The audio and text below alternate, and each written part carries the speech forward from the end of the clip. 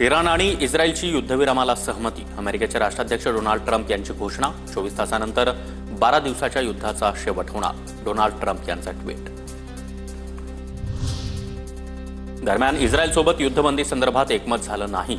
इस्रायलनं हल्ला केला नाही तर इराण सुद्धा हल्ला करणार नाही, इराणचे परराष्ट्र मंत्री अब्बास अराक्ची यांचा ट्विट। डोनाल्ड ट्रम्प यांच्या युद्धबंदीच्या घोषणेनंतर इस्रायलकडून इराणच्या मिसाईल लॉन्चरवर हल्ला। इस्रायलनं तेहरानवर शेकडो मिसाईल्स डागले।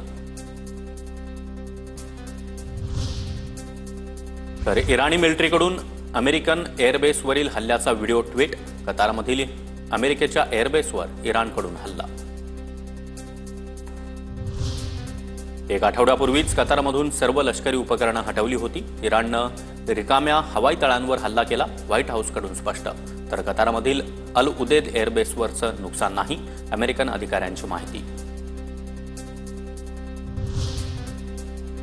इराणच्या हल्ल्यानंतर ट्रम्प यांची सैन्य दलाला सूचना, अधिकाऱ्यांसोबत देखील बैठक। ट्रम्प मोठा निर्णय घेण्याच्या तयारीत, अमेरिका इराणला उत्तर देण्याची शक्यता।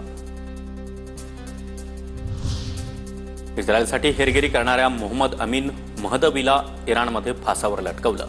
महदवीवर मोसादसाठी हेरगिरी आणि इराण सरकार विरोधातील आंदोलनामध्ये सहभागी झाल्याचा आरोप।